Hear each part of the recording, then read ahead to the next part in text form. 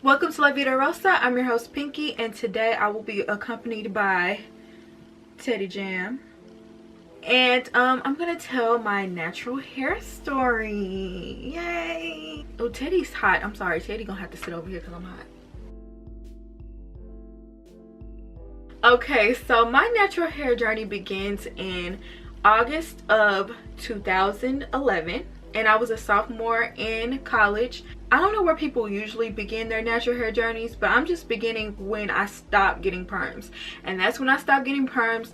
I was so done with perms because I had a really bad experience. And no lie, I think I've gotten burned by perms more than I've not been burned by perms. Like, even though I'm not tender-headed, my scalp is very sensitive and very easy to get burned. It doesn't matter if it was a sensitive perm or soft perm, whatever they want to call it, it always burnt my scalp. So I finally decided, I'm tired of this. I'm never gonna do this again. I didn't plan on wearing my hair in an afro at all. I planned on like flat ironing my hair for the rest of my life, you know, but I just knew I didn't ever plan on getting another perm. Now, as time went on, wearing your natural hair became a trend. Every black girl was doing it. I thought it was interesting because it's like, wow, this is how we would look if perms were never invented. This is how our hair would look.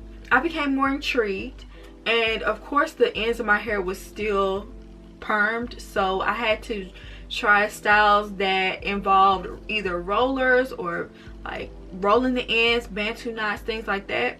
And so I think the first thing I tried was bantu knots, and that turned out pretty good. So I was like, okay, maybe I can actually get into this natural thing. But for the next year was my transitioning period. I was transitioning from getting a perm every month or every other month. How often do you get perms? I really forgot all about the perm life.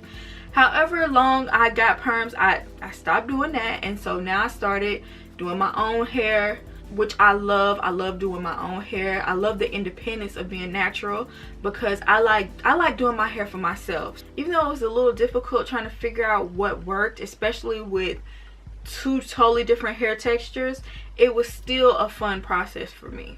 Flexi rods, perm rods, and bantu knots were my best friend. So then there came a point in time where I was just tired of dealing with these two different textures. It was difficult because I lived in a place where it was very humid. I lived in the deep south at the time, so it was so humid. It would be so hot, it would be rainy. So anytime any sort of moisture like humidity or rain would touch my hair, it was like the ends would just fall limp. And then I still had this, you know, I had this hair on my roots, and it was like, it looked weird because I had like an afro with straight ends. It just came to a point where I was just sick of these two different textures. It's like they were battling to win, and the perm ends were definitely losing. And so it had been a full year of me transitioning, and I was washing my hair one day and I just had enough. I was like, I am so sick of this. I wish I had a picture of this, but all of the hair in this back section had already broke off. All the permed hair had already broke off. So I was like, what is the point of me holding on to these ends? It's not doing anything to help, and it's frustrating my whole entire life right now. So I just took the scissors, and without even thinking, I clipped all of the permed ends. So anybody that knew me at the time knew I wouldn't just willy-nilly apply no scissors to my hair. I wasn't the type to do that, but I had a new attitude, okay? So that was my big chop. I was totally liberated from those permed ends. They were totally holding me back. Once I had my fro, that's all I wore. I always wore a fro from that day on. I did some flexi rods on it.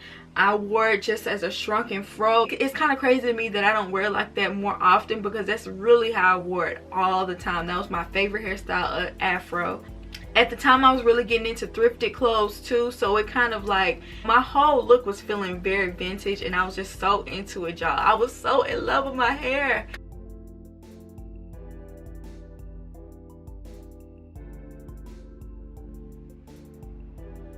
And I was trying out different products. I was really into Cantu. I was getting into co-washing and Cantu. Those were the things that I used the most. I really don't think I used much other than that, you know, oils and stuff like that. Olive oil was my favorite. And you know, after my hair got a little bit longer, I started doing puffs.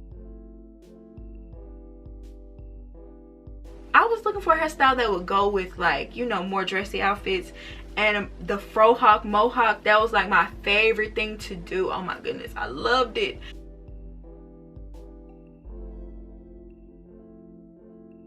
And during that time, I started experimenting with protective styles like wigs, and I did crochet braids for the first time. I had braids. I experimented with Marley hair. Like, my hair wasn't as long as I wanted it to be, so I found some Marley hair that was the same color, and I would put my hair up in a ponytail and wrap the Marley hair around, and it was like a good match, and it kind of like gave me another like little updo to do. Once I did my big chop, my hair took off. My hair was gone. My hair was growing, and I wasn't doing anything special. I was a very lazy natural.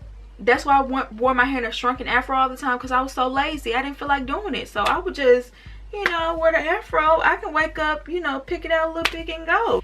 I twisted my hair every week, but I just let it do whatever it wanted to throughout that week. My hair still grew at a very steady pace, and I think it's because I did my big chops. So if you're transitioning and you're watching this and you're thinking about, should I cut it, should I not, I think the quicker that you cut it, the better it'll be for your hair. It will grow like nobody's business. Go ahead and do it, girl. Take it from me. It grows fast. So I'm kind of looking at my Instagram because it's kind of giving me a timeline of when I did what. So I did my first big chop in 2012. I had my afro. I wore my hair like that for 2 years. Then in 2014, I decided to go blonde. Okay, and I was so scared of going blonde. Like, I've been threatening to go blonde for years. Like, I've always wanted to put color in my hair, and blonde has always been the color I've chosen. The thing I was scared about the most is, one, I didn't want my hair to fall out, and two, I didn't want my texture to change, or I didn't want my hair to become brittle, because I've always had really moisturized hair. I went to this hairstylist and he did an amazing job, and to my surprise, nothing really changed about my hair. I still had my same texture, curl pattern. My hair was just as soft as ever, and thank God I had a professional do it to begin with, and I kind of learned from him what to do with my hair from then on. And I've had like a couple of scares with bleaching my hair, but for the most part I've had nothing but great experiences with my hair. So before I got my hair colored, I didn't really put much heat on it. Maybe here or there I would straighten it or blow it out, but I didn't really want to put too much heat on my hair. I guess once I colored my hair, I was feeling froggy, and I was just having my hair straightened. And I love the way my hair looks straight. It just was so pretty, and my hair is super thick, so I was so in love with just the thickness and just how it looked straight but yet with curls in it. It was just really cute. I got to get my bun back because I love buns when I had permed hair, so I got to wear buns again. I feel like this hair color was perfect for me. I still do, and until it does me wrong, I'm probably gonna keep it for the rest of my life, to be honest, because if I want a different color, I could just wear a wig and you know, get that out of my system for that day. But I think I'm gonna stick with my blonde color. It's kind of like becoming my signature at this point. So, you know, basically I was doing like the same styles I was doing before I got the blonde color. It's like I got a refresh to my natural hair process because it was like totally different with this color. It was just fun, you guys. I can't explain it other than I was just like excited to try everything.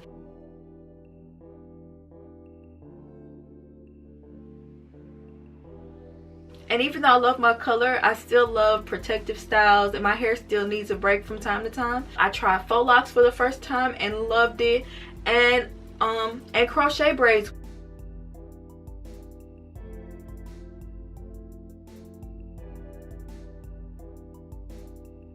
I was having so much fun with my hair, and my hair had grown out so much. Like, I had reached hair goals in my mind. I had the biggest fro I could imagine. I had longer length than I ever would have imagined. Even though if you look at the pictures, it probably doesn't seem super long to you. That was super long for me. I got to the point where I wanted to change, and I wanted to try something that I knew probably would be a little controversial or totally different, totally out of my realm, something I would have never done ever. I remember waking up on my 23rd birthday and I was like, I need a change. From that very moment, I was like, I knew I was gonna do it. Like, nobody could stop me. I told my grandma, she tried to stop me. She was so upset. She was like, do not cut your hair. And I was like, I have to, I'm going to, and that's why I'm letting you know. In 2015, Pinky decided she wanted to shave off the sides of my hair and get a real life mohawk. Not a frohawk, a mohawk. Pinky was wild that day. That was a hairstyle I was in love with for as long as I had it. I pretty much tried everything possible while I had it, and whenever I got a cut, I wanted it cut as low as possible because I just liked the little shaved look. And as it grew back, sometimes I would brush it down and get like a little wavy look. I feel like I needed to do something a little bit wild with my hair before I got older. And I didn't want to get too old where it will just be ridiculous if I got a style like this. So I was like, I gotta do this now. The only thing I regret with this style is that I never got any designs. Like, why? How you cut your hair and get it shaved on the sides and never do any designs? Like, the most I did was get like a thick line right here.